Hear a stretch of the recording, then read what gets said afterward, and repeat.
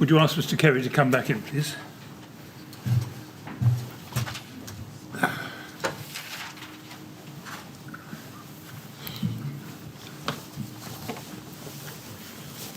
Right, Mr. Kerry, all ready to carry on, I hope? Yes, thank you. Thank you very much. Yes, Mr. Thank you, Mr. Chairman. Mr. Kerry, before you left to go home on the 14th of June 2017, do you remember speaking to somebody called Gary Locker, who was Head of Resilience at the City of London Corporation? I certainly know Gary Locker very well at that time, a professional colleague. I don't recall having a conversation. Let's go to GOL 50238, please. 238.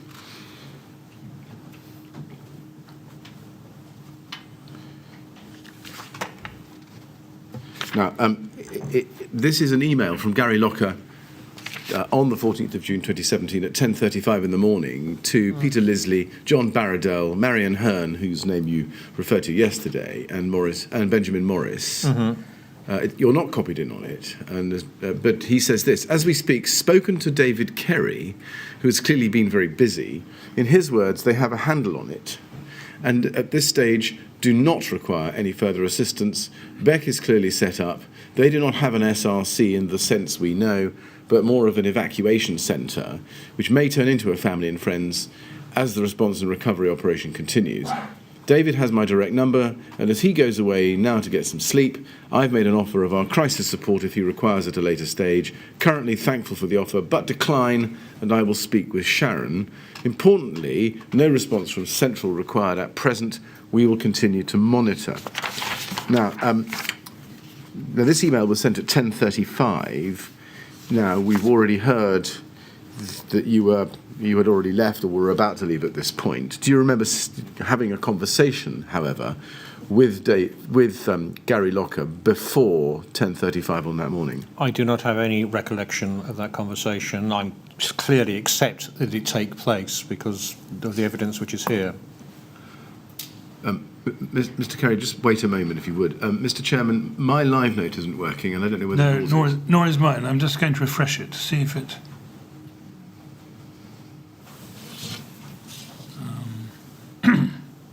No.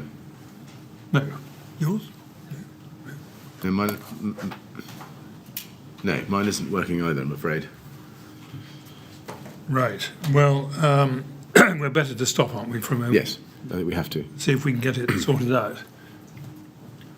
The indications I'm getting are that it's not necessarily a quick fix. So, Mr. Kerry, I'm sorry to say that having got you into the room, asked you one question, I'm afraid we're going to have to ask you to get out again because it's got a technical problem, as you can tell. So, yes. Thank you. Would you go back to the witness room, please? Thank you.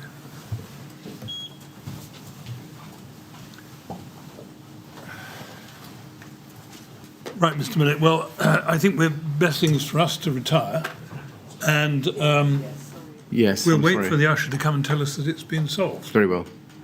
There it I is. think that's all we can do for the moment. I think so, Mr. Chairman. Yes, thank you. Thank you very much.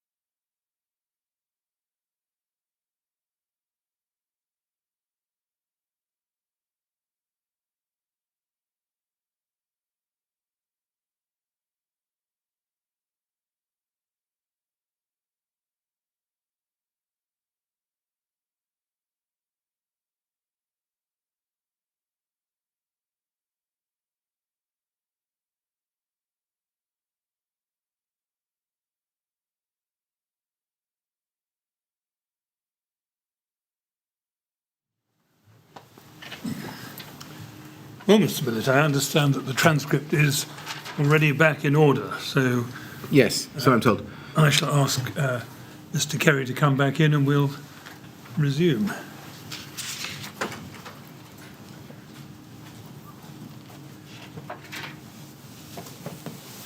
Well, Mr. Kerry, less of a delay than I'd feared at one stage, so we're ready to carry on. Yes, Mr. Millett. Thank you, Mr. Chairman. Mr. Kerry, can we please have back on the screen GOL 50238 and the email from Gary Locker to Peter Lisley and John Barradell and others at 10:35 on the 14th of June? We've read the text of it. Can I ask you, against the background, as we've seen from your log that you'd advised Mr. Holgate either earlier in the morning or at 10 o'clock that the incident was bigger than any one local authority in London could handle, and the consideration should have been given to mutual aid. Against that background, what had changed, if anything, to lead you to tell Mr. Locker, as is reflected here in this email, that RBKC had a handle on it and at this stage do not require any further assistance, as he records? I can only assume that I was reflecting the decision of the Chief Executive at that particular point, that we were, as an authority, dealing with it. Right. That tells us that you had heard him say no in some form or other, and we're passing that on, is this right, to Gary Locker? That's an assumption that we can make. Right. As I say, I don't have a recollection of the words being spoken, but clearly I was reflecting the borough's position in that discussion at that point. It was the accurate position, in fact, that RBKC did not have a handle on the situation as of 10:35 that morning. I think at that point, the people in the back, so we're talking about the housing and social care people, Laura Johnson, Anne Stewart, Sue Redmond and others, I know that sort of they were all looking at these things, and we've seen from other evidence that they were already talking at that point about consolidating rest centres and things like that. The Beck was getting people in, I believed. And I still think that was a big enough incident that the authority should have got in the advice that I thought. I could see why, at a gold level at that point, they might think that the borough was starting to deal with that. But I'm making an assumption on somebody else's behalf there. I'm aware that, you know, our plans at that point, in terms of the CMP to some extent and others to some extent, were in place, and that later on gold meetings happened that were minuted, and that decisions were made by the strategic team at that time as per the plans. I had that emotional view at that point that this was bigger than we needed. I understand, looking at this email here, clearly I didn't relate that to Mr. Locker at the time, so I must have been reflecting whatever that outcome of that 10 o'clock meeting was. Yeah. As for when the authority should have called in, that was very much a strategic command's decision. I gave my advice as the emergency planning professional, but the decision strategically was very much that of the strategic team, the Gold Group. Now, I'd like to move to when you came back for your next shift, which was the evening of the 14th of June and into the morning of the 15th of June. Yes. Yes. And I think you came back, as you put it, at 2000 hours. Yes? I believe so. But I think in your Project Athena interview, you said it was 6 o'clock in the evening, 1800 hours. Yes, Which is my gut instinct, it was more likely to be 8 o'clock rather than 6 o'clock. Right. That just seems to be rather early. So I can't explain why I said 6 p.m. in the Athena interview. My gut reaction is that the 8 o'clock reference would have been much more likely. Now, if you go to RBK 3060425, we can look at your notebook. And if we go to page 22 in that document, that's RBK 3060425. Your entry there starts at 1700 hours. Mm-hmm. Is that, well, can you explain that timing? Were you at the Beck at that point, or had you, as it were, woken up and started? I believe that would have been at home. Right. I see. So you travelled in after this point? Mm-hmm, yes. Right. And what was your role at this point?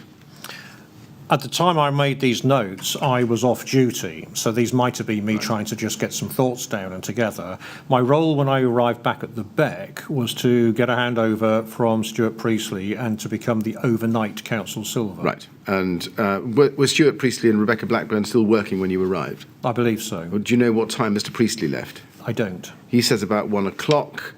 That's para 42 at page 9. Would that be about right? I'm sorry, I can't recall. If you look at my Athena report, you will see that I was, frankly, not firing on all cylinders even then. And Rebecca Blackburn, I think, left a little after Mr. Priestley. Stuart. I'll take your word for that. Well, you were there, I wasn't, but the documents show that. Okay, so right? I wasn't there at 1 p.m. I was there at much later in the evening. Now, what did you consider at that stage, when you took over as Council Silver, the main priorities for you and the Beck to have been for your shift? So my recollection of that is the Beck, which was quite well staffed at that particular point from individuals, which was still receiving phone calls and emails about information and passing that out.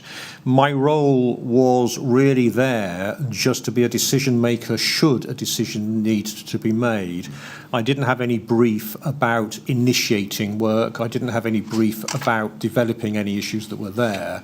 It was very much a watching brief, and that, you know, in the silent hours of the morning when all other senior managers would have gone home, simply to be a senior person there should a decision require. Right. And looking at the page in front of us on the screen, you can see there are various topics: finance, residence, donations, no more, Salvation Army, Beck, Lelo. Were those the kinds of things that you were anticipating having to deal with during your forthcoming Council Silver shift? No, I think those are more thoughts about me as an emergency planning officer, wondering whether the authority had been dealing with some of these things. So I certainly had no thought that I would be dealing with mass fatalities or Belden scheme or cash for residence at that point. Whether these were things that I had picked up that had been done, or whether these were things that I was just speculating myself as an EPO, I'm not sure, but they weren't a list of activities I was expecting to be engaged in. Do you remember whether you had contact with Nicholas Holgate once you came back onto shift, whether it was at 6 p.m. or 8 p.m? I don't recall so. Let's look at your handwritten notes at page 27, 2 pages on, if we can, please, in this document. And you can see at the very top of the page, I think it says consideration or considerations, and then underneath that there's something which I don't think we need to decipher. And then Holgate, 1836, and then there are 2 bullets underneath that: John Barradell and what looks like John O'Brien. John O'Brien, and then Gold meeting 11 o'clock tomorrow. Will sprinklers become a topic? Mark Sawyer at 8:30. Did you have or do you remember having a discussion with Mr. Holgate at 1836? I don't recall having that. Is that a reference? My notes certainly is obviously a reference of that. Right.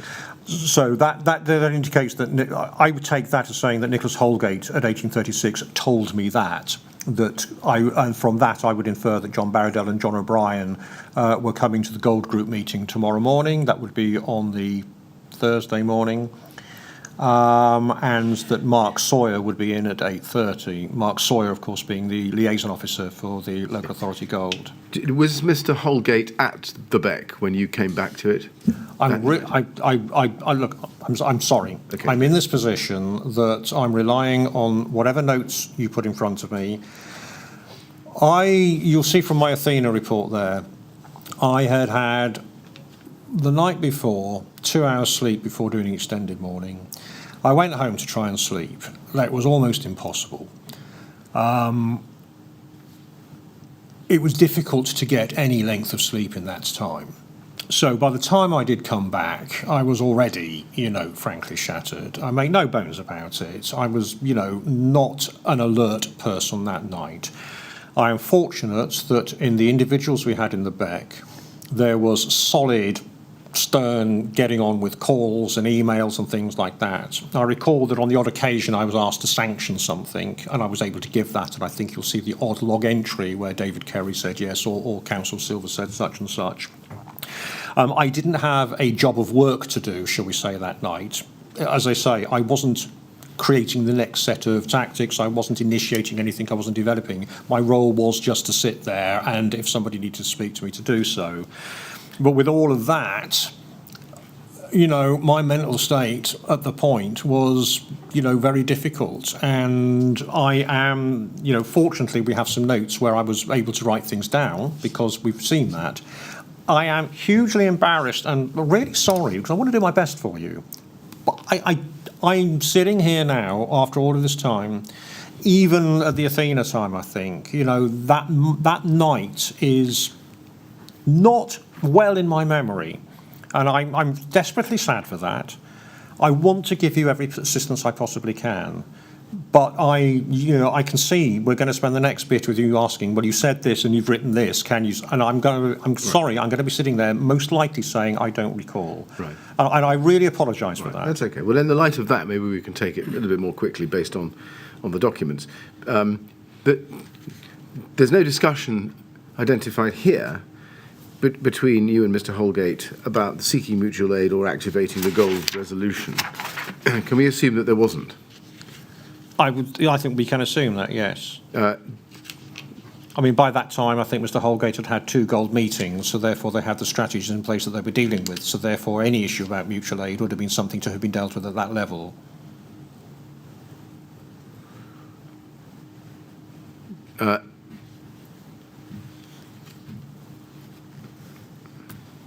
The reference to sprinklers, will sprinklers become a topic? Bearing in mind what you said about your recollection, can we take it that you had a discussion with Mr. Holgate at that time about sprinklers? I would take it that Nicholas Holgate, in telling me where things were up to at that point, told me that for the gold meeting the following day, sprinklers would be a topic, and I wouldn't take it at any more than that. Why? What did you understand about the relevance of sprinklers becoming a topic in the middle of a conversation about contingency planning in the light of this disaster? I would take that was something that Nicholas Holgate had on his mind and was an issue, and if that was an issue that was going to come up, because I think sprinklers was probably already in the news at that point, did the building have sprinklers or not? So Nicholas Holgate wasn't just managing an emergency, he was managing the authority and all aspects of that. So therefore, at that Gold Group meeting, you know, there would have been all sorts of things, not just the emergency management response that he would be dealing with, not that I would need to deal with. So I would take it that he probably told me that in that context. Why would it be relevant? Why would sprinklers be remotely relevant to what you were doing, which was managing a contingency response, and remotely relevant to his conversation with you, in which he was engaged in the same thing? Well, we're 2 people in an adverse situation having a conversation about where things are. It's of no surprise to me if Mr. Holgate happened to mention that, or frankly anything else that was on his mind. Maybe I haven't explained the question properly. How would the discussion about sprinklers help the bereaved or the survivors? I think you're trying to take me into areas that are beyond my role as an emergency planning officer on this particular occasion. Were there any particular actions that Mr. Holgate asked you to progress? If they're in my note, they'll be there. Otherwise, we fall back to the answer I gave a moment ago. Let's have a look then.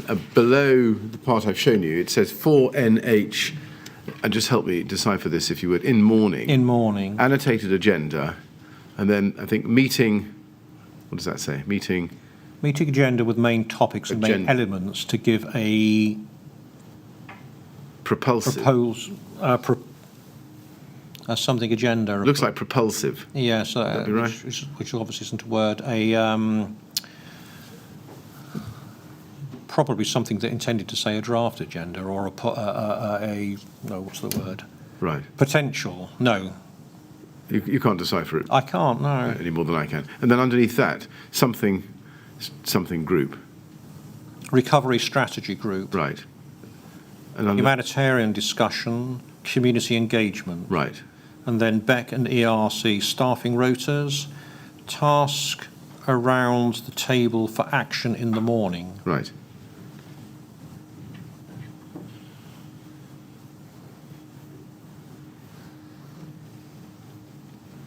And then over the page, to page 28 at the top, email to somebody. Email to councillors for Nick Holgate and offers of help. Right, what's that about? I don't know. Right, and then below that, RBKC Gold overnight, N Holgate can be called, is that called? Can be called, brief him on 1930 Gold call. Right. So can we take it that the matters you've recorded there were matters that, so far as you were concerned, Mr. Holgate wanted you to progress? Yes. Then if we turn to the reference there to 1930, that I think was the 5th SCG of that day, wasn't it? I'll take your word for that. There was one at 5 a.m., 6:30, 8 a.m. And 2 p.m, and this I think was now 7:30, the 5th one. Right. Were you cited on or aware of the actions and minutes of the previous meeting, the one at 2 p.m? I don't think I was at that point. Let's go to the minutes for the 1930 meeting, LFB 00119322. We can see that, if we go please to page 7, we can see the attendees, and we can see there that Rebecca Blackburn, Tony Redpath as gold, and David Kerry as silver were there. If we look then at the previous actions update on page 2, action 3 towards the bottom of page 2, we see it says RBK action 3 NHS England to provide update, and then the first bullet point says RBKC to confirm numbers in Grenfell Tower. RBKC need to speak to the people on scene. The numbers have increased. They need to clarify how many persons were in building and how many people they are trying to accommodate. So is it right that that lack of clarity as to the number of people affected by the fire was a theme at this point, 7:30 on the 14th in the evening, but a constant theme throughout that day, so far as you were? I think it would have been, yes. Now, the phrase "need to speak to people on scene," did you think at the time that suggested that RBKC themselves didn't have a full grasp of the numbers of people affected? I think that's reasonable to look at that, yes. Were there no LALOs at the scene you could talk to get a constant running picture? The local authority liaison officers at the scene were a part of the scene silver coordinating group, so they were not out on the ground. They were with fire, police, ambulance and other silvers, and they were the liaison between the council and that scene should those emergency services ask anything from there. So their role was not going out to other centres and things like that. I would have expected at this point that the teams being put in place before I left early in the morning by Laura Johnson and others would have been in a position, particularly housing and T&O between them. But the liaison officers were with the emergency services. It was not their role to be going out and doing other things. But some LALOs weren't they, going from rest centre to rest centre? In that case, if they were additional people from the LALO team, perhaps being tasked by it before I got there to do that, perhaps, but we still should have had a LALO or LALOs permanently with the emergency services, even if others might have been tasked to do other work. Right. That being the case, why was there a need for RBKC to speak to people on scene, given that you had LALOs on scene? Were LALOs not reporting? God, I don't know. I can surmise here that probably, you want a situation with the tower. You have residents away, there are visitors. I can imagine the confusion of trying to work out exactly who was in the tower. I'm quite sure for the emergency services that was quite crucial information to know how many people were in the tower. But I can also appreciate, under any circumstances, on any day of the week, if you try and say in any particular building how many people were in it on a particular time, it's very difficult. So I can see why there might have been a need for people to go out and start asking for people, do you know who's in the tower? Are you certain about this? But I can't do any more than sort of put what I think is a common sense approach to what might be. Let's go over the page, please, to page 3, section 3, where there is a police update. MPS provided an update And then the second bullet point, it says, have had some issues at rest centres with tensions due to people not being fully informed of what the rest centres provide. This is taking up a considerable amount of resources, and the MPS are requesting RBKC to improve their messaging. Did you know that there were issues with the messaging and communications to the public on the 14th, or had been during the course of that day? I don't think I was specifically aware of specific incidences.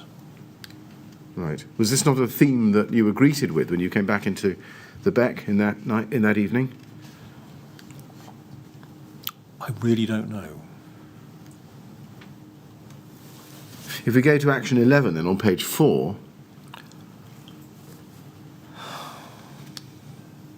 you can see towards the foot of the page, it says, future communications to provide clarity of messaging to partners and the public, what is provided by the authority at the various reception centres.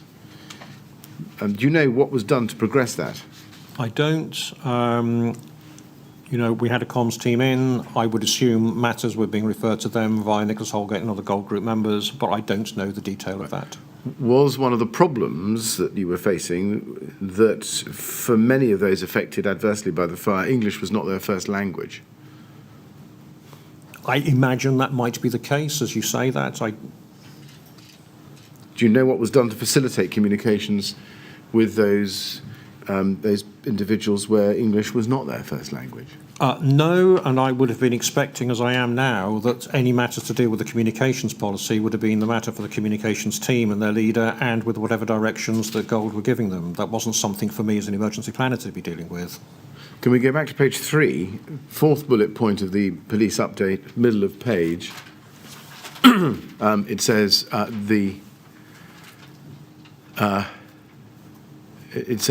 David Kerry confirmed, this is the third bullet point, that identification tabards were being delivered to rest centres for their staff. Yes. Why were they not taken by staff to the rest centres with them? Why did they have to be delivered at this point in the day?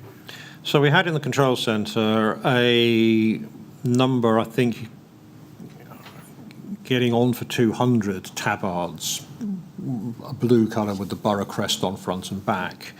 They were always held there so that if we had some sort of event anywhere, that so appropriate numbers could be taken out to identify staff within that. So they were there. I don't know why that decision wasn't taken during the course of the day to take them out earlier.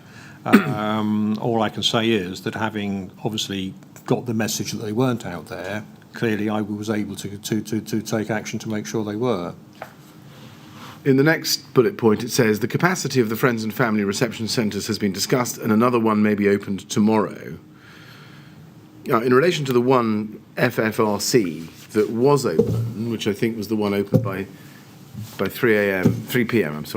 At the Salvation Army, there's evidence from the police to the effect that it was closed later that evening at 22:05 because there were no RBKC available to staff it.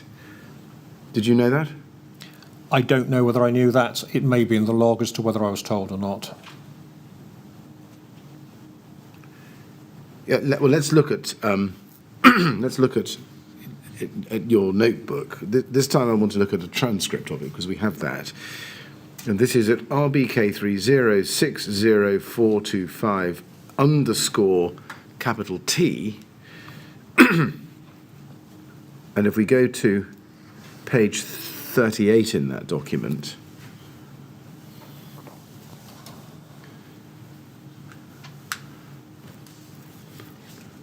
yes, you can see it says FFRC eligible day centre Portobello Road. Will MPS keep it open? And there's a tick. And close 2200, reopen 800 to 2200. TCG, Tactical Command Group, Tactical Coordination Group, 2330. FFRC and Steward, that should be Stewart. Megan Hussain. Now that's obviously pretty terse stuff, but did you know that the Friends and Family Reception Centre that there would not be open overnight? That, to me, indicates that the centre was going to close at 10 and then reopen in the morning. Would that be normal? Would it be normal for an FFRC to shut overnight? In the context of the other types of incidents for which these plans were mainly written, I've described in the past, it would not be unusual for a centre like that to operate an extended day, but to not be open overnight. So that wouldn't surprise me. On the question of the tabards, I think you say in your statement that the idea was that the council staff at site could be identified, but you also say, and we don't need to look at it, but the staff were later told to remove any uniform due to perceived threats to staff. That's something I was told. That's not my decision. But I think I was told at one point. So, by the way, staff have been told that. Right. Do you think that was a useful thing to do? Well, all I can do is go on the information I was given. Right. If the information was the staff were being threatened, then that would seem to be a good safety issue for staff to enable those staff to maintain their role out there. And I'm very aware that there's a lot of discourse about were the community, threatening or not. All I can say is if the authority received the information of that point, it would be a proper thing to do to ensure safety of staff. Nonetheless, I think you were aware, because you say it in your statement, paragraph 98, that staff were present but not always visible. Yes, I had been told that staff at one point had been asked to remove their ID tags. Right. The effect, though, would mean that people like Hesam Shoucher wouldn't be able to identify or pick out in a crowd an official from the council. Yes, if you're out on the street particularly, you wouldn't see that. In a centre, of course, then that might be rather different and people might be more visible in that respect. But certainly in terms of being out on the street, you might not see that if that were the case. Did you yourself go to any of these centres, rest centres, or did you go to the FFRC? No, I was fully occupied at the town hall. Why didn't you? Why didn't you take the chance to Because my job as Council Silver was at the town hall, not to go out and about. That's why we had other people out and about. Right. Now, if we go, please, to page 4 again, can we see the bullet point below action 9? I'm so sorry, back to the minutes of the local authority update. This is the local authority update, action 9. And it says there, plan to close 2 rest centres this evening and have Westway as their only open rest centre. RBKC are putting plans in place overnight for recovery and the humanitarian assistance aspects. The 2 rest centres that were, as it were, consolidated, is this right, were the Clement James Centre and the Rugby Portobello Trust, RPT? I can't answer that directly. Whatever rest centres were open during the day would have been the ones that were being closed to consolidate. I mean, it is certainly suggested at the 2 o'clock, the previous SCG, under the local authority update, those are the centres that would be closed and consolidated. Then I'll accept that, right. Yes. Do you know when the decision, and why the decision was made for Westway to become the single consolidated rest centre? No, I don't know the decision-making for that because those decisions were taken by the people that were there at the time in the Gold Group and others. I can look at that and say Westway was a very large venue with lots of facilities, and given the scale of the services required, a bigger place would have been better. And clearly, from the services, the local authority and others providing services at a rest centre, easier to concentrate on one venue rather than several. Certainly when you're trying to get a definitive list of who is receiving services and to channel that through, better to have one venue than several. Why the Westway? I imagine they probably volunteered it, but certainly in that part of North Kensington, that was far and away the largest venue with facilities for people, as a sports centre with toilets and showers and a variety of rooms and facilities and what have you. So I was not at all surprised to see that. Now, as you can see, as I've read to you, the second bullet point refers to plans being put in place overnight for recovery and the humanitarian assistance aspects. What plans were being put in place in those respects? I really don't know because all of this work, of course, was happening outside of the BEC. So other people, all sorts of people had other work streams to go, and I don't know the detail of that. You don't know the detail. Do you know who said at this meeting that RBKC were putting these plans in place overnight? I don't know. It wouldn't have been me because I simply wouldn't have had that information. Now, let's turn to what happened after this meeting at 19:30 that evening. Did you brief Nicholas Holgate after that meeting? Was Nicholas in the meeting? I presume not, as you've asked me the question, but can I just confirm? Well, let's look at page, I think it's 7, and the answer's no. Oh, right, so Tony Redpath was taking the gold for the evening, presumably. Yeah, that's what it says there. Yeah.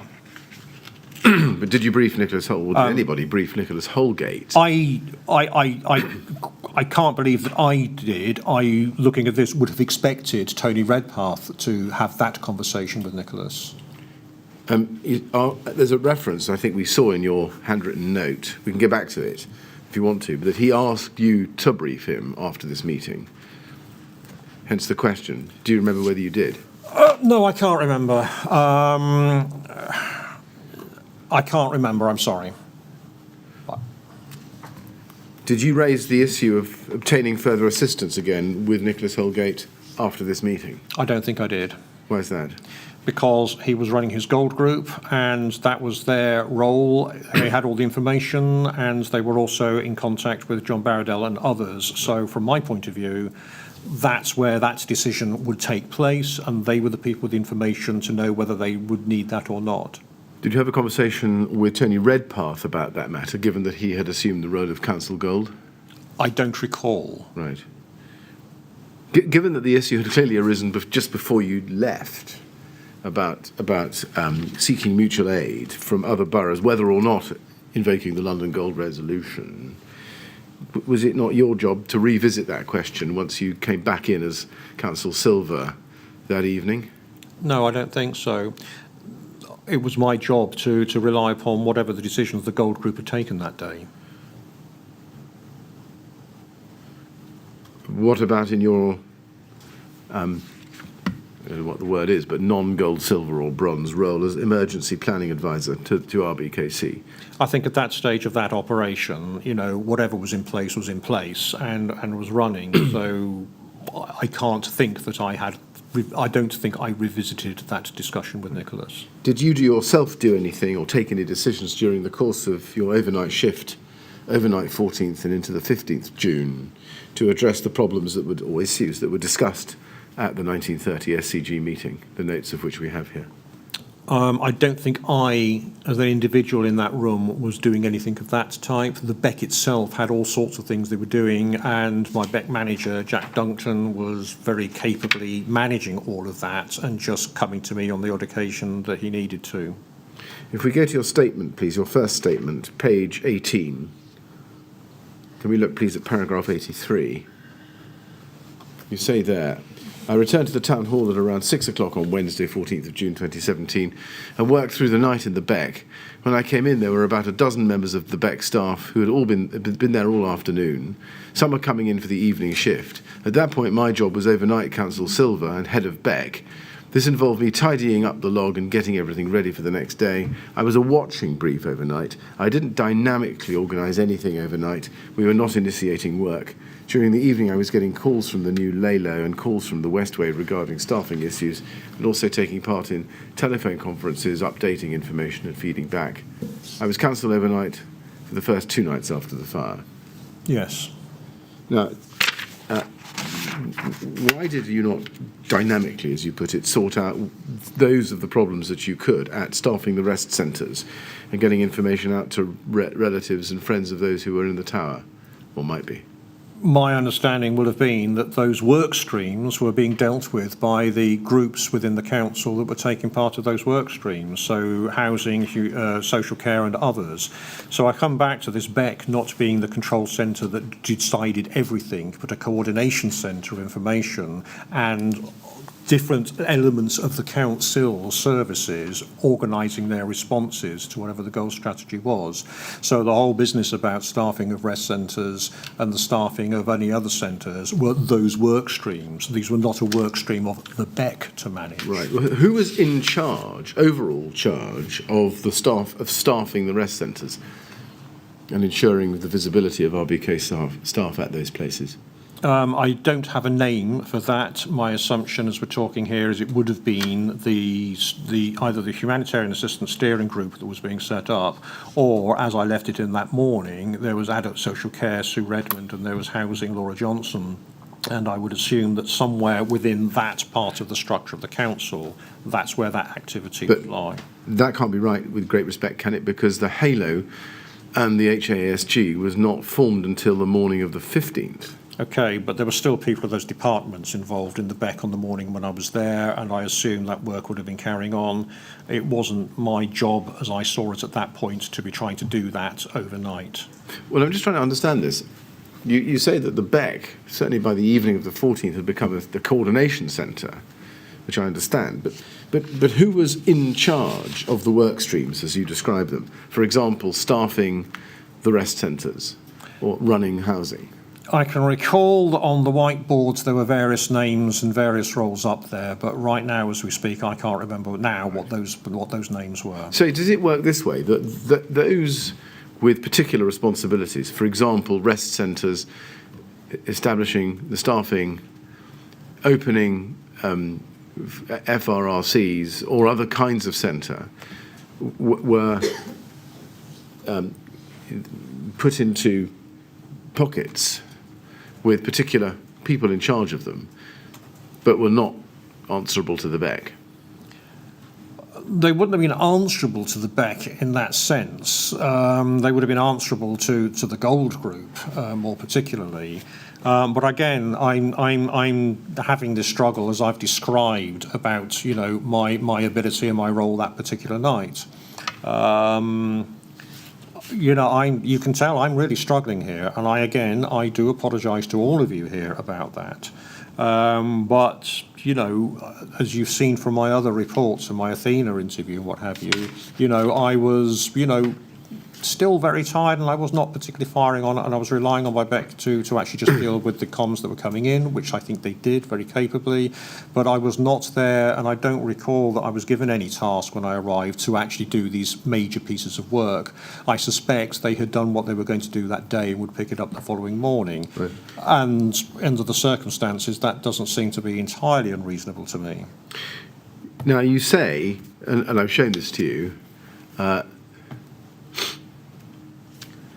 that there were staffing issues at the various centres. What were those issues? I don't know the detail of that because I wasn't involved in it, and I don't know what the detail of those were. I could imagine the staffing issues in terms of the numbers of staff being there, but in terms of exactly what they were doing and what their staffing issues were, I don't know. Right.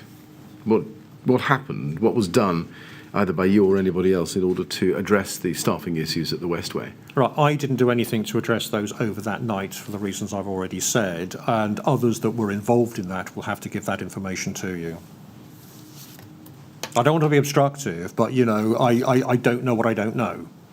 And I don't want to start trying to go down a guessing line. But if your role as Councillor Silver overnight was to coordinate, why wasn't your role overnight as Councillor Silver to make sure that whoever was supposed to be curing or dealing with the staffing issues at the Westway doing their job? Because I don't think my job that night was particularly that detailed. My job was to be there as somebody who could say yes or no should a problem arise, and I don't think I was given a brief any wider than that. Let's then look at the BEC Operations Manual, RBK 30033596.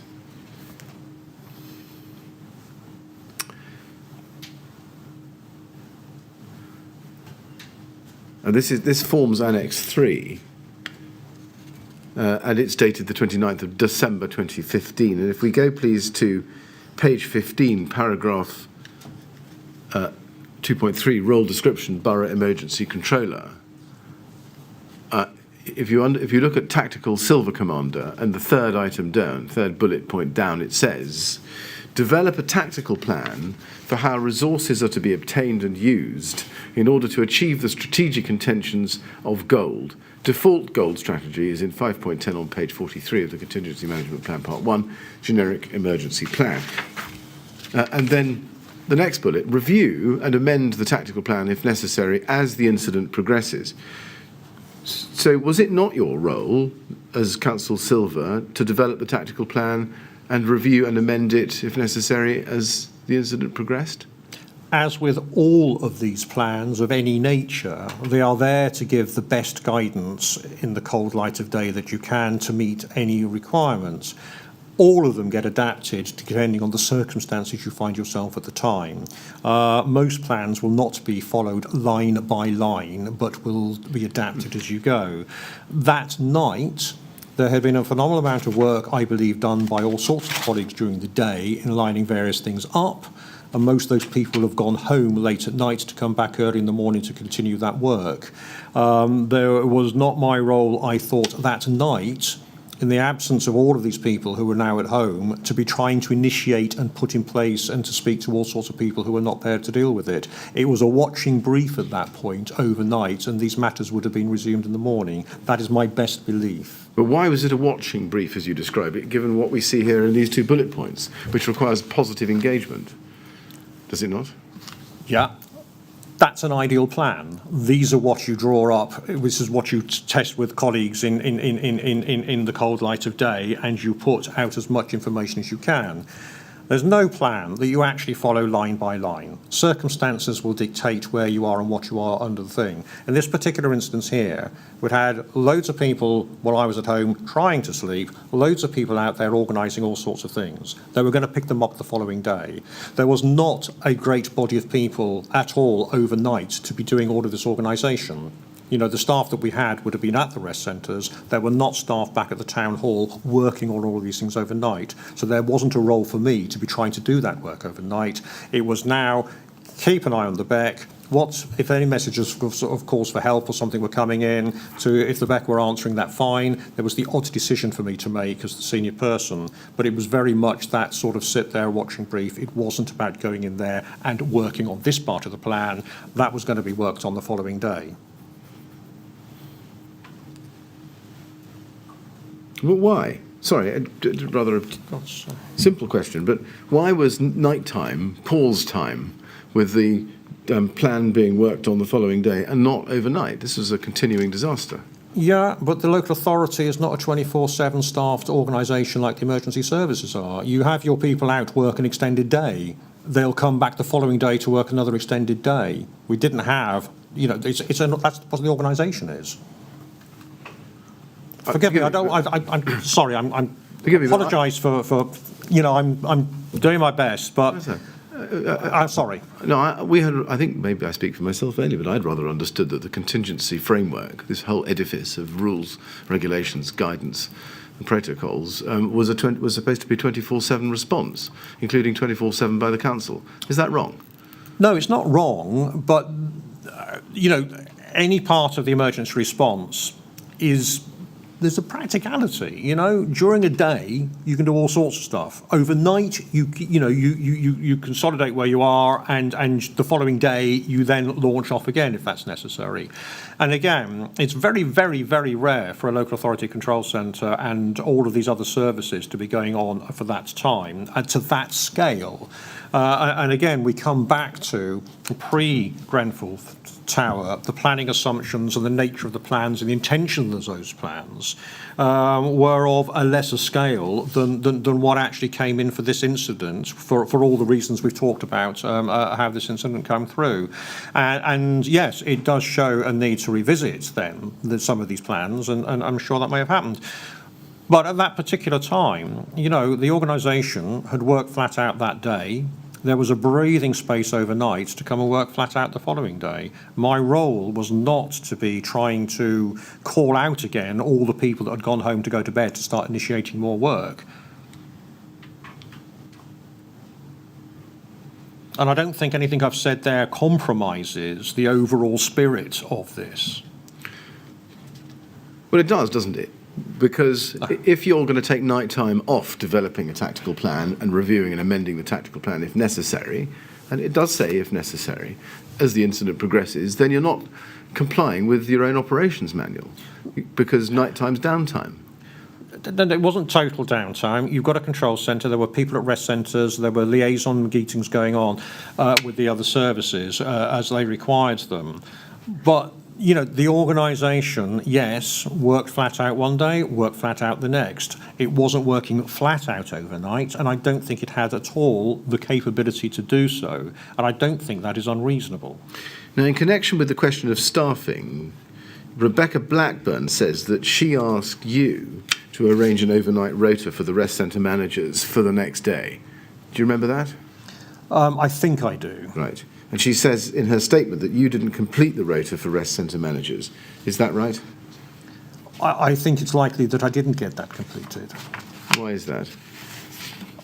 I think that will have been possibly because the Beck did its best over that night, but again, no, do you know what? I don't know, is the safer answer. I can start trying to extemporise why that might be, but I don't know. I'm sorry.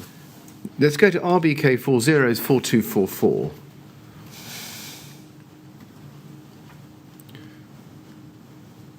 This is an email, and when I say this, there is an email here from Stuart Priestley, just below the first one, to the Beck on the 15th of June at 5:08. You see that? It's the second email down. Mm-hmm. And it says, David, ignore my last message. I will be in 7:30-ish. We need a strategy for today. Comms, distributing aid, housing plans, as well as longer-term recover strategy. I'm sure you have given this thought overnight. See you soon. Stuart. That's from Stuart Priestley. Mm-hmm. Was such a strategy prepared and discussed? No, it wasn't, and I didn't have the capability that night to do so. Well, you said that overnight you weren't initiating work, you were simply watching brief. But why did you not have the capability that night to develop what he said you had given thought to or should have? Because I was exhausted and I was drained and I did not have the mental acuity to actually get out there and do some of these things to that degree. And I also thought that actually that was a little bit of cheeky, frankly, to expect all of that to be done for 7:30 in the morning. That really was something for a daytime silver to be getting to grips with in the cold light of day when all of the information was provided. Do you recall the 7:30, at 7:30 the next morning, the 15th of June, you met Stuart Priestley and completed a handover? I can't remember the time, so I'll accept whatever the time of Stuart's log would have said. It would have been, again, a conversation in a side room, just saying what may or may not have happened overnight. And by this time, Stuart Priestley's recollection, according to his statement, paragraph 43 on page 9, is that the Beck log still contained many actions which were live and had not yet been closed out. Would you accept that? I would accept that, yes. Do you know why that is the case? Why had work not been undertaken to close out actions on the Beck log? I think from what I saw the following night, and I dare say you'll come to that in time, but just to say that when we had a chance the following night to examine the log in detail, an awful lot of the items that hadn't been marked as closed, actually, when we assessed it, had been dealt with and closed. And you will see from my statement following the following night that we actually did that. But, you know, some actions will take hours before there's resolution to them. You know, not everything is we log this, somebody make a phone call and it's dealt with. You know, stuff gets logged. Some of that will be open for some time. It sounds from the evidence you've been giving in the last few minutes, and also from your Project Athena interview, where you say you were pretty zonked. I was. That in fact you weren't in a fit condition properly to carry out your role. No, I don't think I was. Right. Did you tell anybody that? Not during the night. We would have had a conversation and I'd have said I was still tired when I got there, but I think there was nobody else for that night. I think I'm pretty sure I would have said so before I went home that day, and I was told not to come back until 8 o'clock that evening, which would give me more of a chance to get to some sleep there. But no, that particular night I didn't get on the phone and say to anybody, I'm too tired for this. It was just a question of the Becks managing here, the staff are getting on with what they're dealing with, they're speaking to me when they need to. Should I have been there at all?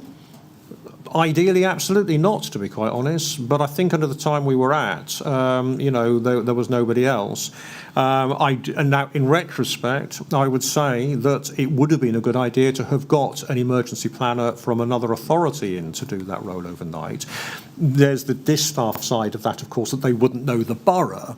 but they might be better understanding of some of those items and what have you, and perhaps they might have been better able to focus on some of the issues that you thought of. And I think that's another example, certainly going forward, for mutual aid to consider that. Every emergency planning team in London is tiny, but collectively there is more of a resource. And with hindsight, I would have been better if I'd refused to come in, but you don't refuse in an emergency like that to do that. If you look at it in cold common sense, I really should have said, I'm sorry, I can't come in, I'm too tired. Let me come in the following day. But I didn't. I came in as I was asked. And yes, I was too tired, really. Now, can I then ask you about the attendance of Mark Sawyer? Do you remember that he attended at the town hall on the morning of the 15th of June and met you and Nicholas Holgate?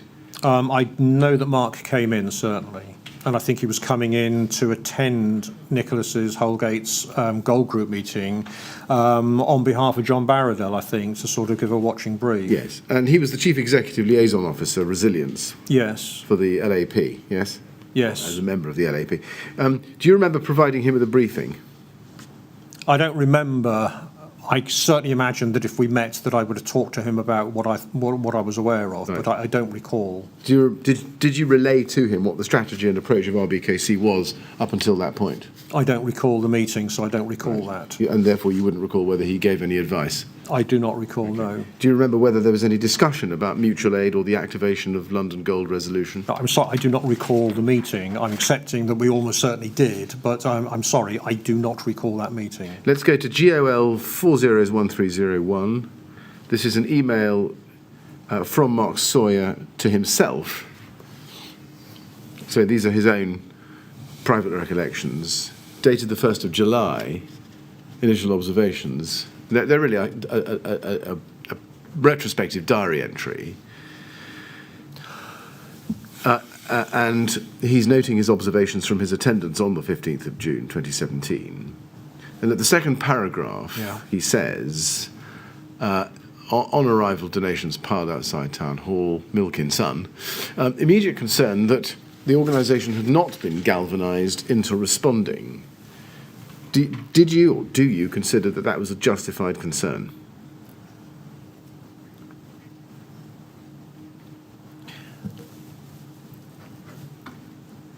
Yes and no.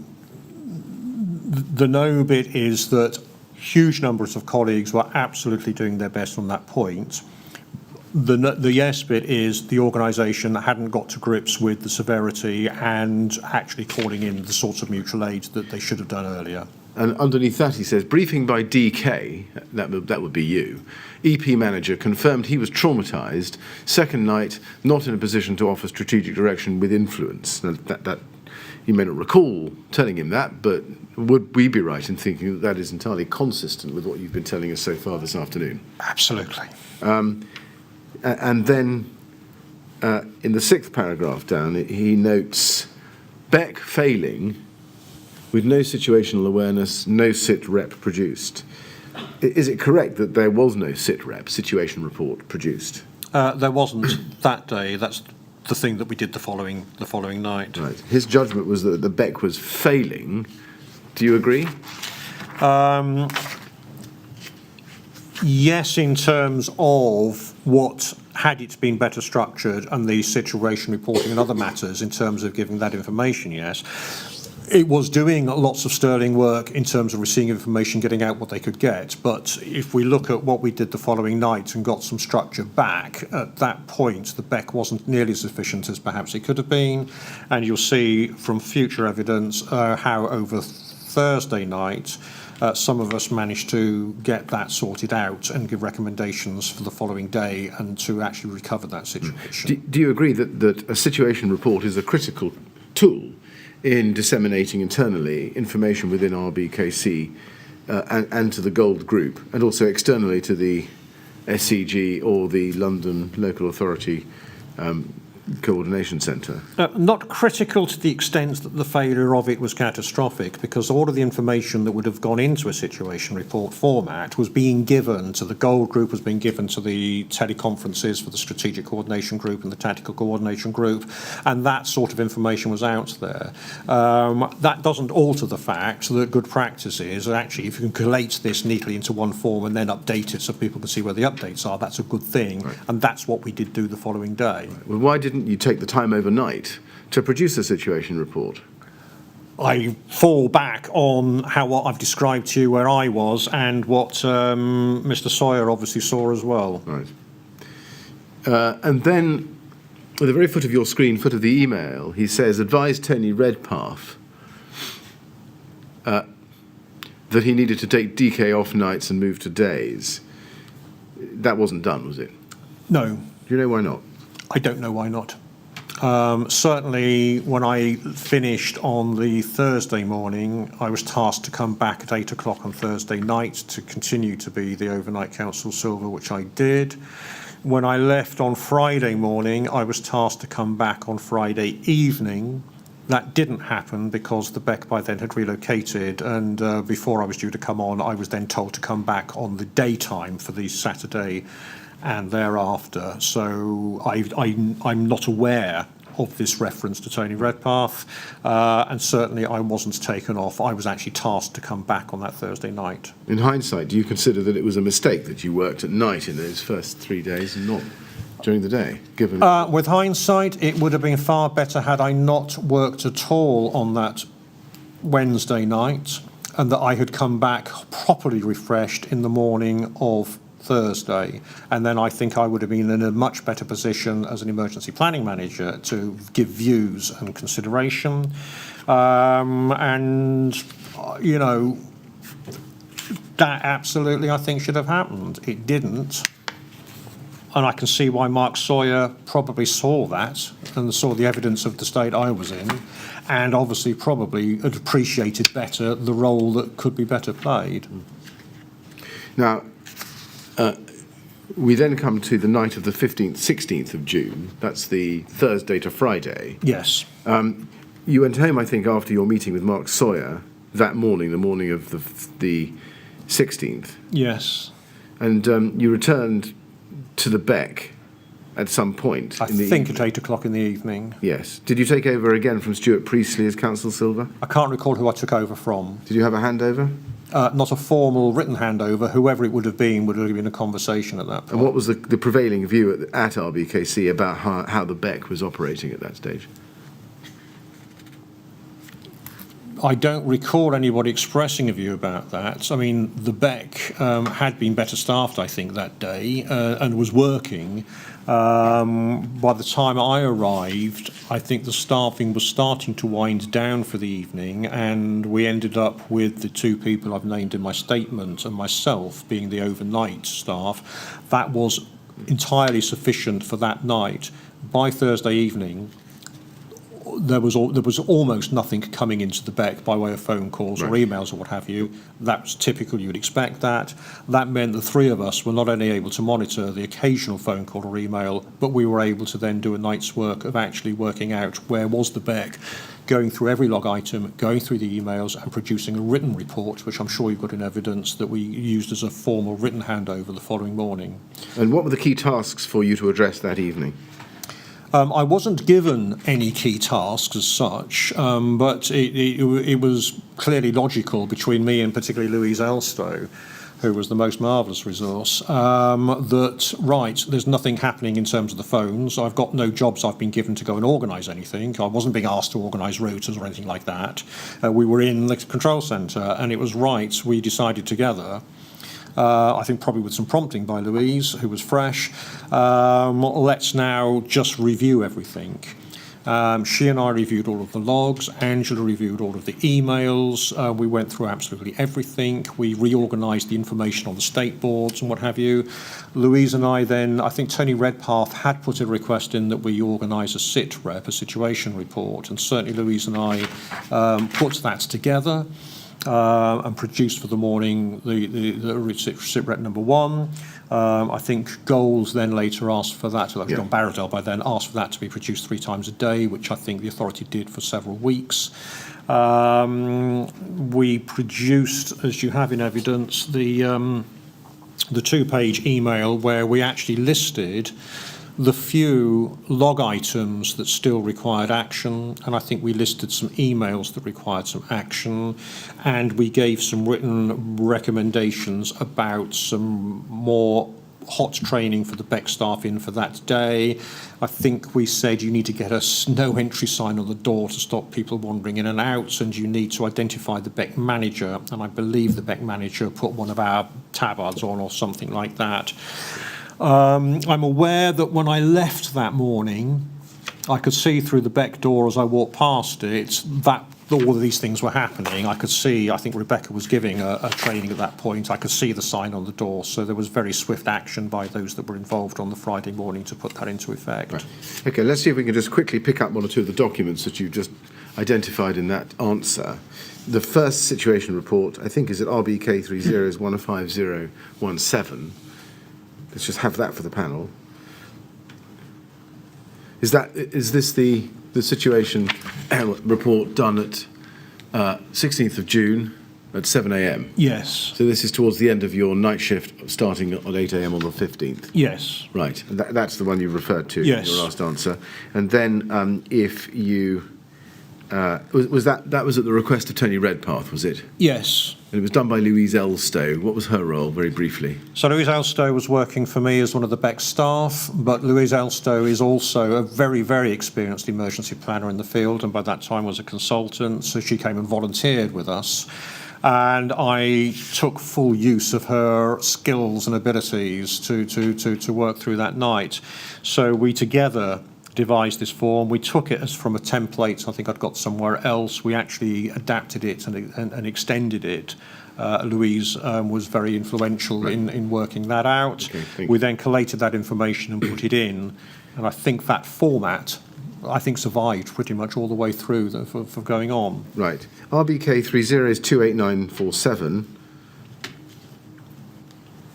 which is an email, I think, at 7:39 on the 16th of June 2017 from you. Yes.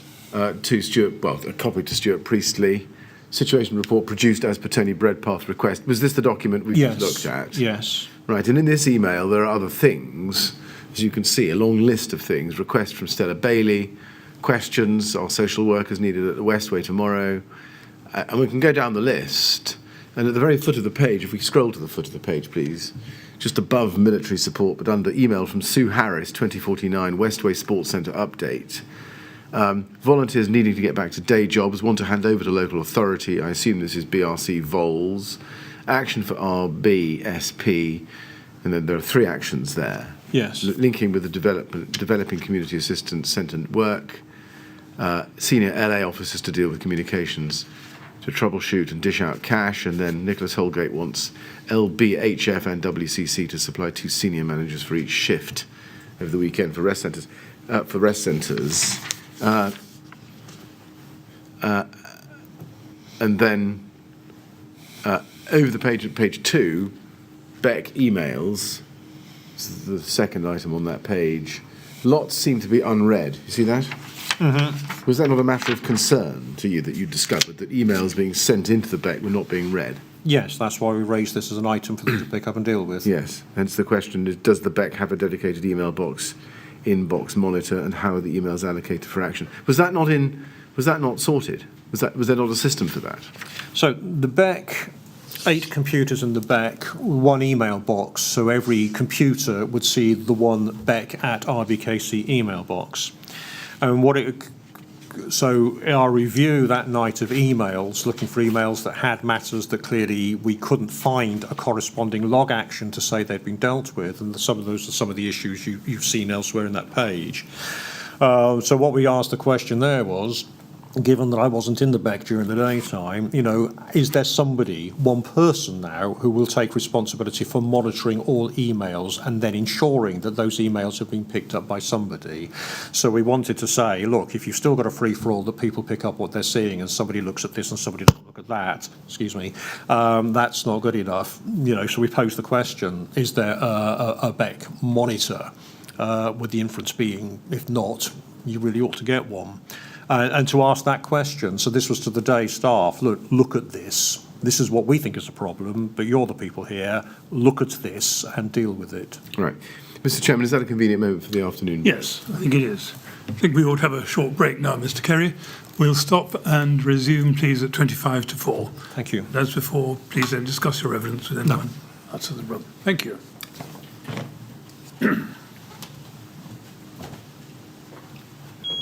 Sit rep.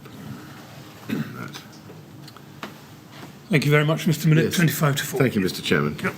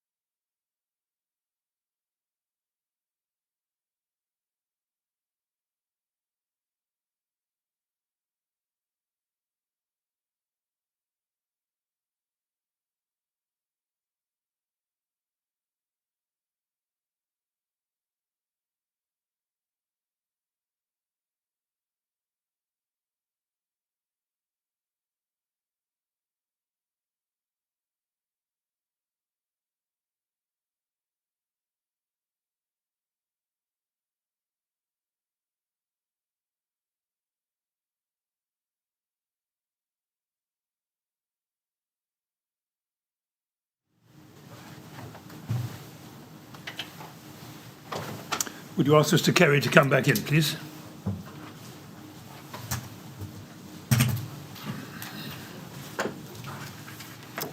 Thank you. All right, Mr. Kerry. Get yourself settled. Ready to carry on? Yes. Thank you very much. Yes, Mr. Yes, Miller. thank you, Mr. Chairman. Now, Mr. Kerry, let's go back into the email we were on earlier, which is at RBK 3028947. And go back to page 1 if we can, please. I picked this up with you just before the break, but we didn't study it in any detail. And this is the passage underneath the heading Email from Sue Harris, 2049 Westway Sports Centre Update, right? Yes. Now, Sue Harris was, at the time, and correct me if I'm wrong about this, a London Borough of Hammersmith and Fulham employee with by-borough role as Executive Director of Environment, Leisure and Resident Services. Am I right? I'm not sure that she was executive director at that point. She was certainly a director in that department. Forgive me. I don't know why I'm not sure whether she's the executive director or not. All right. But anyway, certainly a very, very senior manager in that department. Right. Looking. Right. Well, let's go to RBK 405080, please. Sorry, I beg your pardon. Clearly, yes. Yes. And this is her email to Nicholas Holgate, Tony Redpath, and Stuart Priestley, copied to the Beck on the 15th of June at 2049. So you would have seen this when it came in. Is that right? Yes. Yes. And she says this. As previously reported, other agencies have been questioning the role of the LA in coordinating activity at the centre. Westway Trust are happy to house operations but don't want to be the logistical leaders. Likewise, the police. Volunteers have been magnificent in organising themselves, but now want to hand over to the LA and get back to their day jobs. We want to reduce the number of community volunteers and utilise council ones. Debbie thanks you for your very positive offer of some assistance. A person from your LA pool tomorrow morning. I can get some additional ELRS staff if required. That's Environment, Leisure and Resident Services. We have agreed to conduct meetings of agencies at 9 p.m, 9:30 a.m. and 3 p.m. here until the centre is scaled down. We're trying to tighten up on the registration process for people staying overnight. There has been a request for more social workers from tomorrow. Stella, is that possible? The LA Rest Centre managers and Lalo are doing a great job, but there does still seem to be the need for a senior LA officer to deal with communications and be available to troubleshoot in a live situation and dish out cash. Now that's where the quotation comes from that finds its way into the email we were looking at just before the break. Is it the position, looking at her email, that she was referring to community volunteers who were assisting at the Westway and not the British Red Cross? I'm not sure about that. Was the message coming back from the Westway via Sue Harris and others that there was a need for more council staff, visible council leadership and better council communication? That is how I would interpret this, Right. yes. So that's something that you knew when you saw this email the following morning, yes? Yes. Yes. And that was therefore reflected in the 3 actions that we see at the foot of the first email we looked at. Yes. Let's go back to that RBK30288947. Yes? Yes. So that email was to Nicholas Holgate and others at that senior level, Yeah. copied to the Beck, but having seen that copy in the Beck, we wanted to highlight that to ensure the Beck were aware that Right. it was either actioned or to pursue that. I see. So on the basis of this document being the handover document at 7:30 in the morning when you were coming off duty and handing back over to Stuart Priestley, can we take it that you passed that over to the day shift with the suggestion that this was referred on to Sue Redmond, who was going to be taking over the had by then taken over the humanitarian response? So we handed this document over with that reference to that email for the day shift, for Stuart and for Rebecca and others to pick that up and then to take those actions. Right. So, Sorry, when I say take those actions, not to take the actions requested in the email, but to ensure that the email didn't get lost, and to understand that those actions were being dealt with, Right. or to bring that to the attention of somebody if necessary. So it was your intention that this question and the problem identified by Sue Harris in her email identified here and the email itself would be picked up by Stuart Priestley and run with during the day 16th of June? My intention was that it clearly was addressed to Nicholas Holgate and the Gold Group, and therefore that Gold Group needed to deal with it. So I wanted Stuart to be aware that he could make sure, either through Tony or somebody else, are they dealing with it? That's the sort of narrative there, if you like. Somebody to say, the Beck's aware this request is out there. Hey, are you doing it? Has it been done? Well, there's one other feature of Westway I'd like to ask you about, and that's the registration of those who are affected by the fire. Now, you mentioned in your first witness statement, paragraph 98, that on the Wednesday night, the 14th of June, the focus shifted to the Westway, and you say that efforts were made to funnel everyone there so they could be registered. Yes? Yes. That's what you say. Do you know how the details of those who attended the other rest centres earlier in the incident, such as the Harrow Club and the Rugby Portobello Trust that we've seen, were recorded? My understanding is that in those centres where there were not British Red Cross staff, there was no council/BRC recording of that. One of the purposes of attempting to get everybody to the one centre was that there would be then a possibility of a proper registration of everyone. And I believe most centres complied with that. There was one of the centres, and some people in it wished to remain open, and they were, to my best of my knowledge, they were given the message, well, look, you know, if you do, you do, but you must be aware that anybody that's not at the Westway may not get all of the information that they need because they won't have been registered. Was that information, namely the duality or triality of the registration system, shared within the Beck? I'm sorry, I don't understand. Well, was the fact that there were different registrations of different people at different times known to everybody at the Beck? I doubt that. I mean, my awareness is that British Red Cross, part of the facility they gave when they were at any rest centre, would be to register for the council everybody that was in there to deal with that. I do not know if anybody at any of the other centres was making lists of people there. I just don't know that. Was the central record kept of the details of those registered at different rest centres? The Beck didn't have anything for that. Right. My assumption is that when the British Red Cross had got on board and were doing that, that information would have been shared with whoever in the RBKC was then taking managerial responsibility for that service. Why didn't the Beck have it when it was available? I don't know. Sorry, you asked me. Should it have done?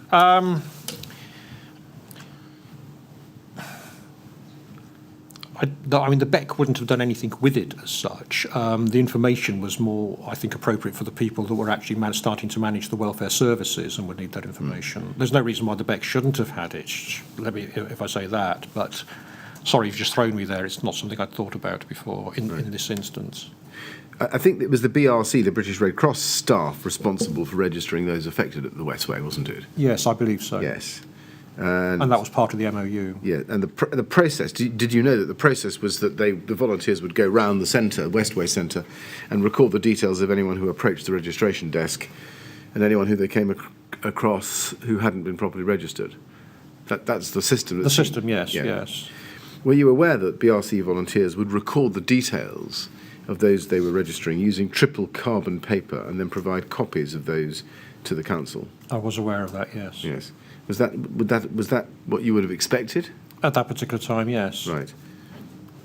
Now, Colin Brown, who has told us what I've just put to you and you've accepted, was of the British Red Cross, and he has given us a statement, and he says this, I'll show it to you, BRC 705, please. First page is the first page of his statement, which is there, 11th of June 2019. And if we go to page 26, paragraph 101, he says that it was reported to him.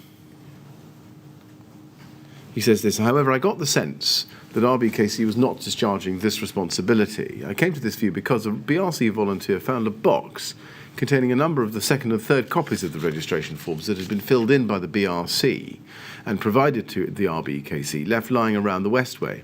It appeared that no efforts had been made by the RBKC to collate the data in any sensible manner.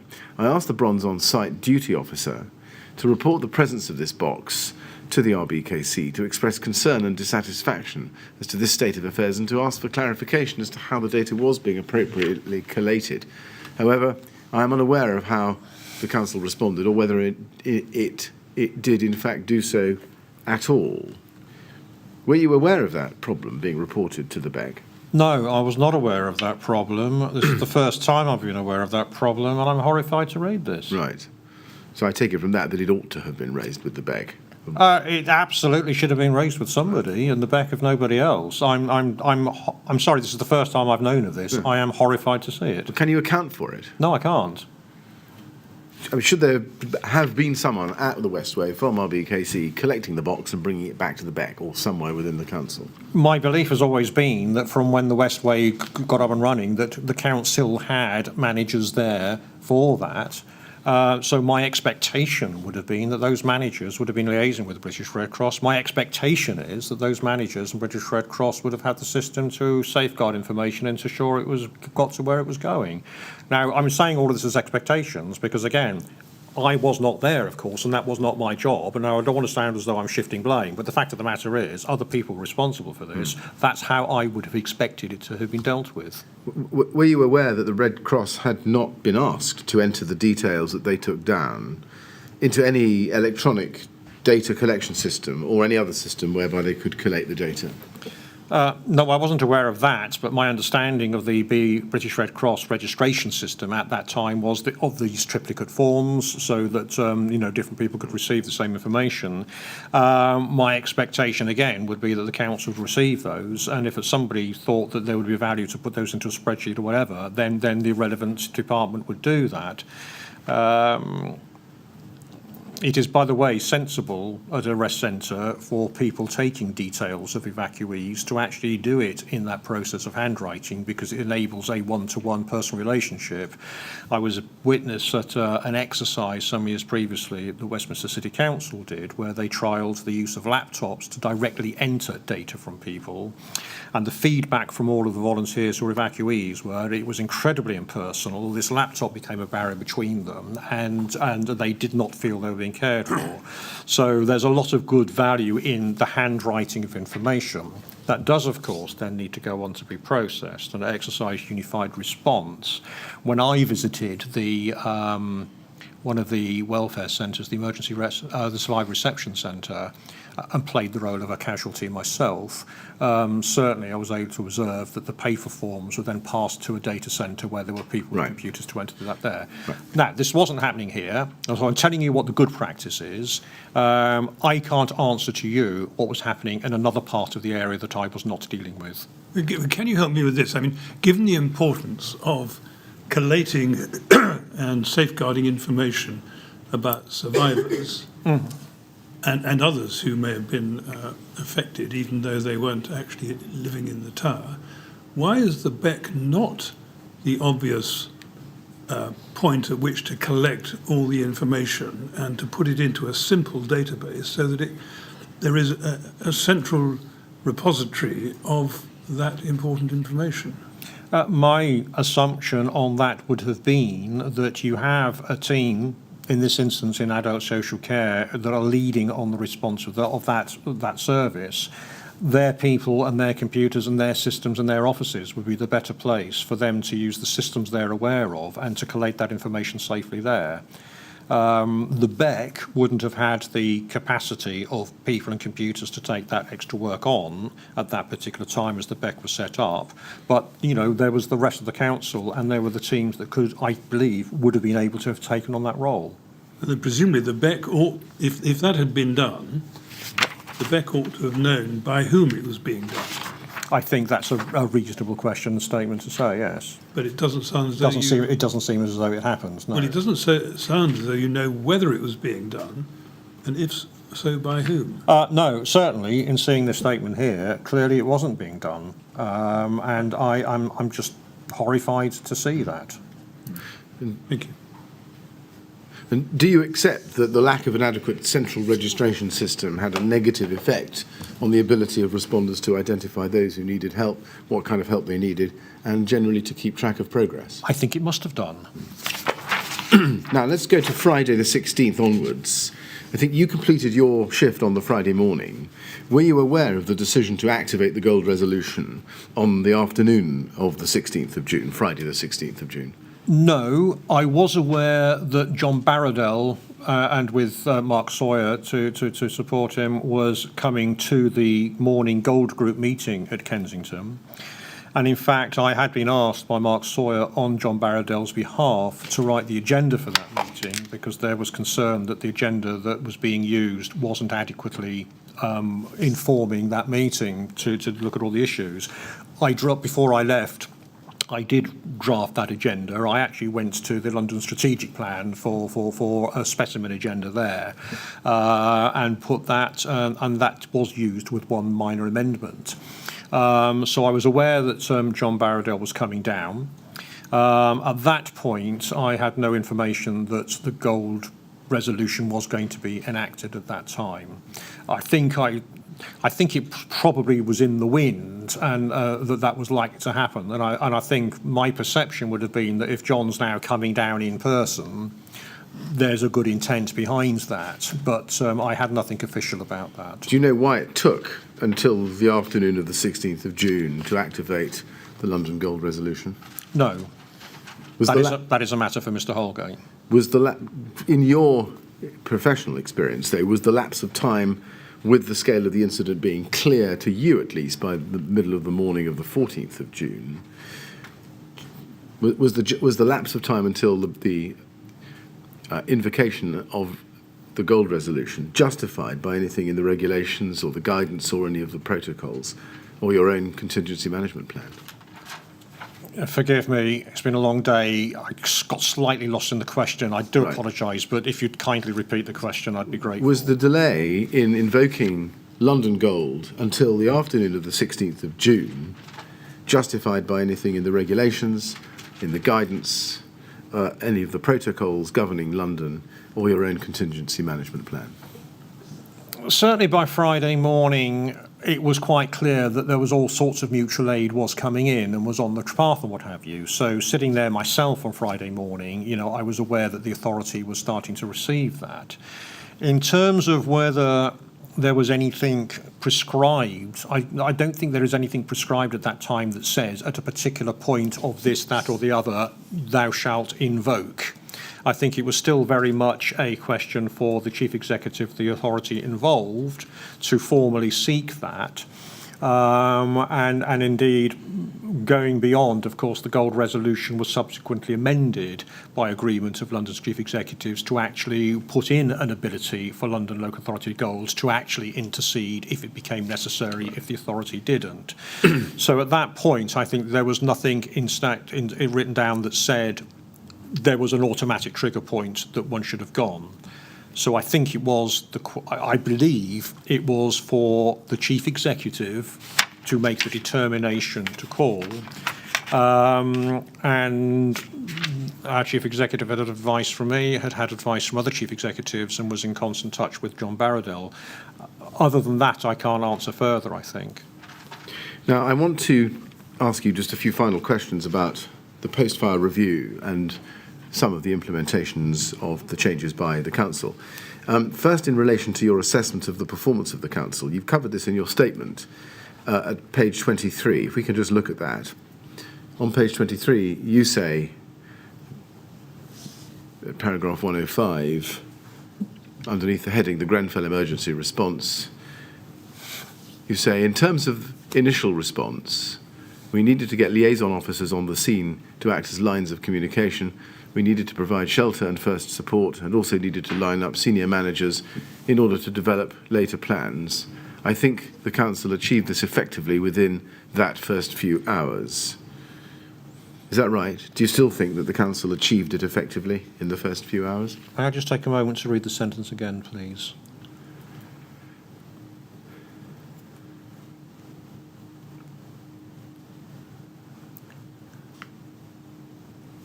Yes, I think even I would take question with the word effectively now, reviewing that again. We did get liaison officers out promptly.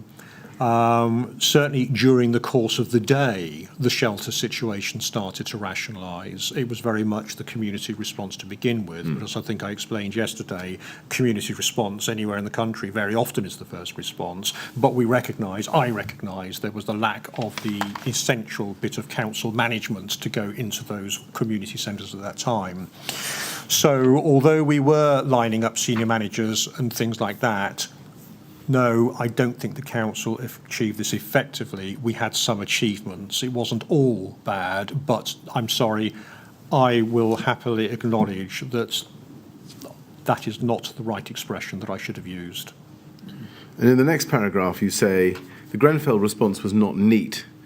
We have emergency planning procedures in place. However, a response to a particular emergency may not always fit neatly into those procedures. Decisions are made to fit the circumstances as you know them to be at the time. Now, when you say the Grenfell response was not neat, what do you mean? Oh, I think in terms of everything we've been discussing here, the fact that there were delays in getting some things through, the fact that we didn't have sufficient people trained up to start with, the fact that there were delays in getting mutual aid in for some of these areas, all of the things you have been tasking me about over the last few days and that we can clearly see and show that although we did respond to the first call, and we did use our plan effectively to get liaison officers out. And although we did later on have various facilities going, it wasn't A, B, C, D really swiftly dealt with. And we've established all of that in the last 2 days at least. So it was not a neat invocation. Doesn't alter the fact that we did have some plans and we used elements of those plans, and some of those elements of plans were quite successful. But I've acknowledged, I think at least twice, that, we could have done better, should have done better. Can I ask this? Do you think you may have underestimated the number of people that you needed to mobilise within the first few hours in order to get an effective response up and running? Yes, Chairman, I think I did underestimate. I still stand by my earlier remarks about not bringing in too many too soon at the early hours because you need to deploy them later. I would accept, Chairman, that actually, had I a better appreciation of just the seriousness of this, then I think I would have said, well, actually, we do need some more senior managers in the town hall earlier. And I was thinking really of people on the ground to ensure that you had someone at every rest centre, for example, reporting back and so on and so forth. If you needed more people, presumably you could have asked for cross-borough assistance. Yes, we could. Certainly by the time I got to the Beck in the morning, those discussions were happening and that was all being sorted out. But, I was in touch with Nicholas Holgate and Stuart Priestley at various times during that morning, and for whatever reason, none of us, because nobody said to me, David, push all of the buttons at this point. I think we were all not grasping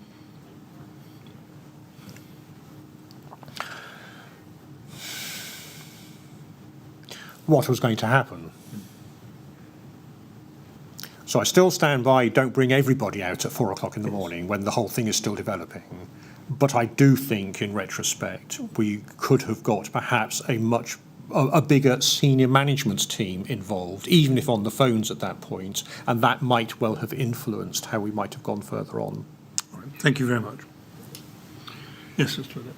Thank you. Mr. Kerry, just one or two further questions. Can I ask you, please, to be shown RBK 3033587?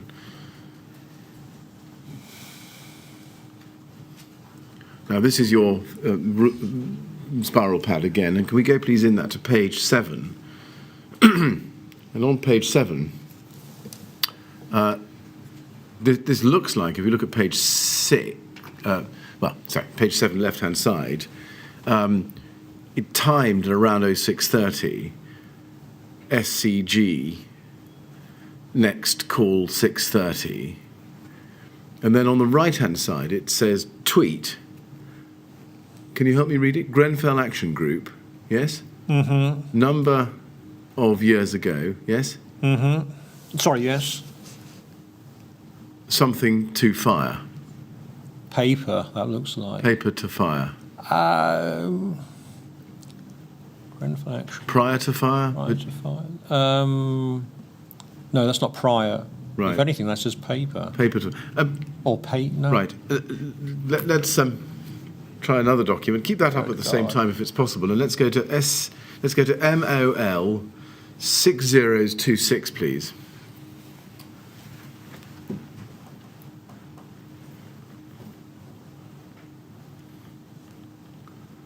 And if we go, please, in that to page 2 and look at paragraph 3.16 at the foot of the block. This is the SCG note for the 6:30 meeting, and it says, Paper. there was a tweet by the Grenfell Action Group work on block linking paper to fire. Do you know what that was about?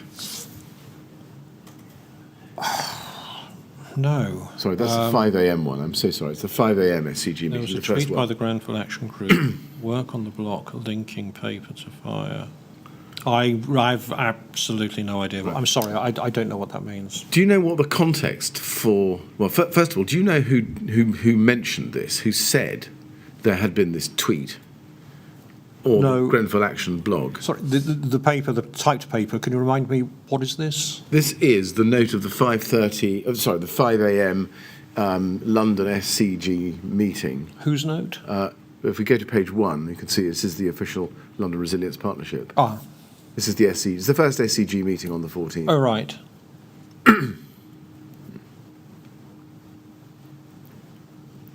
I've no idea who within that group might have said that. I mean, I don't think the fact that I've noted it down means that I heard somebody say it, so therefore it wasn't me saying it. Right. Do you know what the relevance of that tweet was by the Grenfell Action Group prior to the fire, I don't to know. this meeting? I don't know. It doesn't appear in the typed log. There's no mention of the tweet in that. Take that from me at RBK30132996, page 6. Do you know why that is? No. I mean, I would assume the reference in the SCG meeting is that possibly somebody from somebody's comms team, the police or somebody, might have picked that tweet up and mentioned it.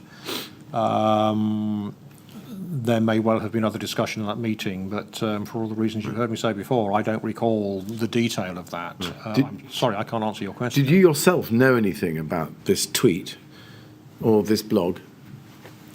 I'm pretty sure I didn't, and I certainly obviously haven't mentioned it anywhere else on the scribbled notes during the phone call.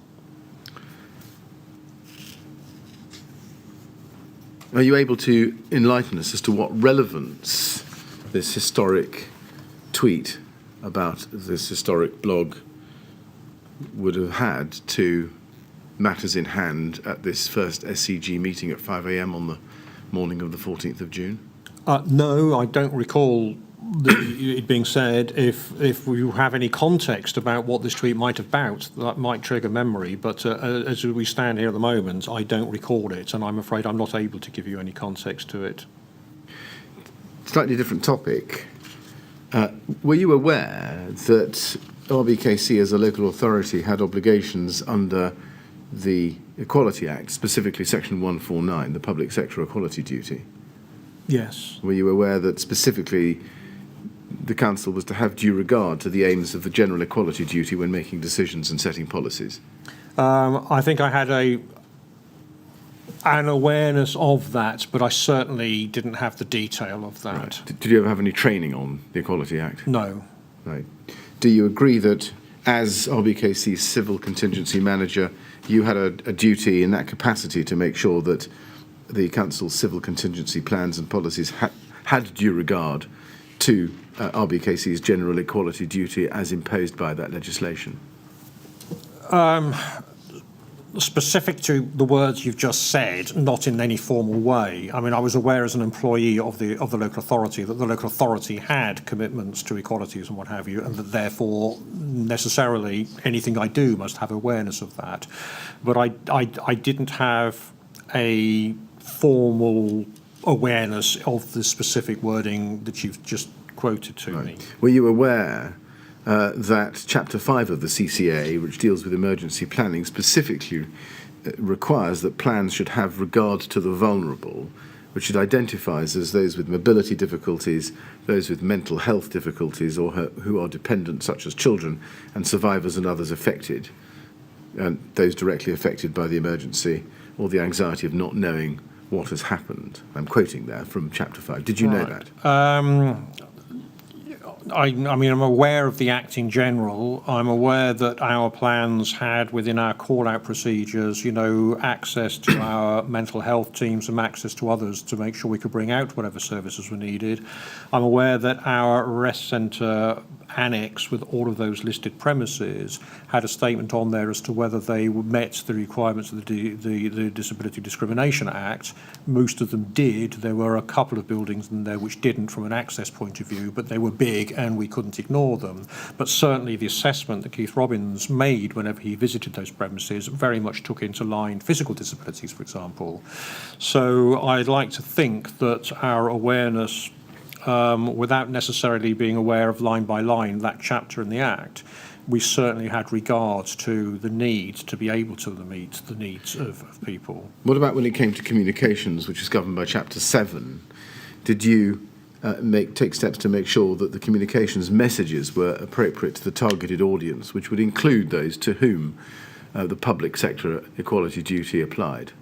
Communications were the responsibility of our communications team, and our communications team had their policies for whatever that might be. So anything that the council would be communicating would be something which the communications team would manage, not me. Were you aware that the law required the public sector equality duty to be exercised with substance, rigour and with an open mind, and in a way that whereby there was proper and conscientious focus on the statutory criteria? I think in broad terms, yes. Right. Now, against that background, can I just show you a document that we've looked at before? It's RBKC 3036688. It's the Borough Risk Register. And if we go to page 5 in it, you can see, I showed you this yesterday. If you go to page 5, you can see that, page 5, yeah, at the top, the first paragraph under the profile, which we read, or at least read part of. I certainly read you the part about the Borough of Extremes, you recall that? Yes. And you confirmed yesterday that this was prepared with your oversight, under your control, yes? Yes. And then you get some statistics under the heading "Who We Are," and let's have those all on the page. You can see there, and we looked at this before, but you've got more than 1/5 of all households have a first language not English, and then you have other statistics which we can cast down and see. Less than half the residents born in the UK, 28% of the residents arrived in the UK between 2001 and 2011, the second highest proportion after Westminster. Second highest proportion of Arab residents, 4% compared with 7% in Westminster. Etc. Given your knowledge of the borough's population profile, did you or your planning department conduct any equality impact assessment, an EIA, as part of its contingency management planning and arrangements? No, we did not. Why is that? I don't think I was aware of that degree of requirement, and I certainly hadn't been instructed about that by my authority or my managers. Right.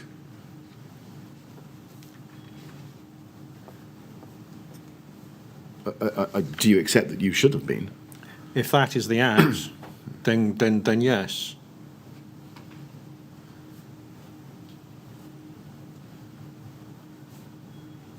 And yes, thank you very much.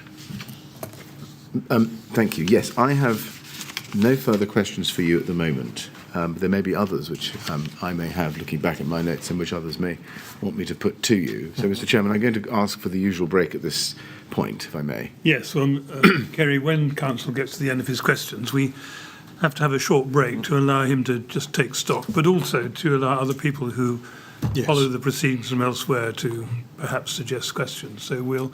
Now, Mr. Millett, how long do you think we might need for this?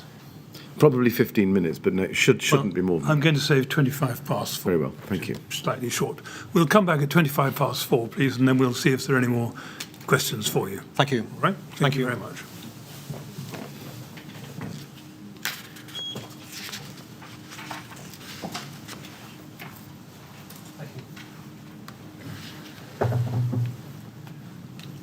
Thank you very much, Mr. Millett. 4:25, please.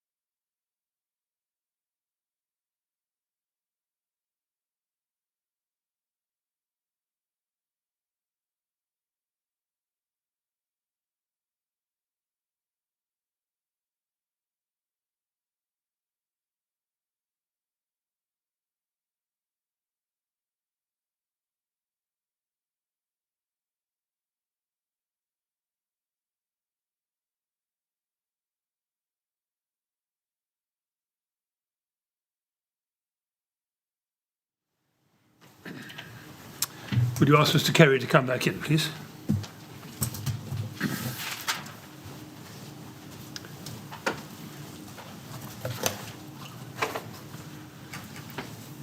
All right, Mr. Kerry. Well, we'll see if there are any more questions for you. Thank you. All right, thank you. Yes, Mr. Millett? Yes, thank you very much, Mr. Chairman. Mr. Kerry, I have no further questions for you other than the final question, which we ask a number of witnesses in particular positions of responsibility or knowledge, and that is this. Looking back on all the evidence that we've looked at together over the last 2 days, and looking back on the event itself and the events of the 14th, 15th, 16th of June, is there anything you would have done differently? Yes, and I think I've said a number of occasions in the last 2 days when acknowledging some of the situation matters that I've wished might have been otherwise. I mean, I could sit here and probably list an awful lot of stuff that's the benefit of this, to say, well, look, you know, I should have said this to somebody at some point. I should have been more demonstrative. The authority has responsibility, not me solely, and I'm painfully aware of some of my failings. There are things I would do differently.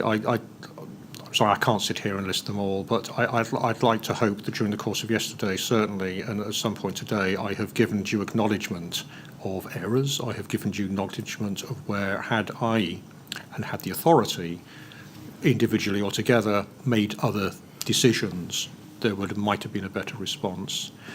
I will repeat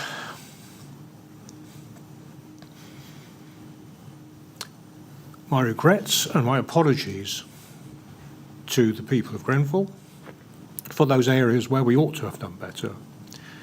I will say there was an awful lot that we did do, and particularly by the time the London situation swung in, the difficulty that the London group had in getting to grips with it, I think absolutely demonstrates the scale of it. I do think that the planning assumptions we worked to before did not meet this. And I would hope that my colleagues still at work are looking at how that might be improved. But we could have done better on training. We could have done better on recruiting staff. And part of that responsibility to the authority, part of me, I wish I had made more of a noise at times rather than just being the dutiful local authority manager. I'm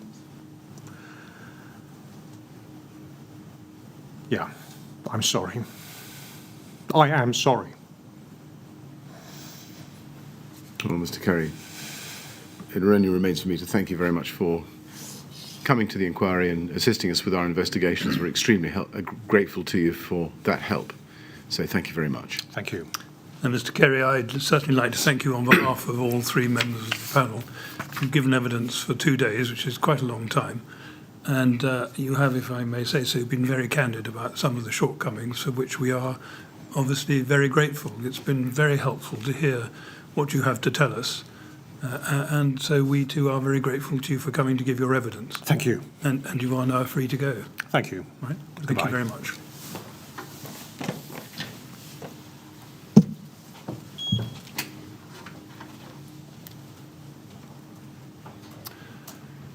Yes, Mr. Millett. Well, that's obviously a convenient point as far as today is concerned. Yes. That's right. And we have another witness tomorrow morning, is that right? We do, yes. And Mr. Keating will be taking that witness. Well, thank you very much. We shall rise now then and resume at 10 o'clock tomorrow morning, please. Thank you very much.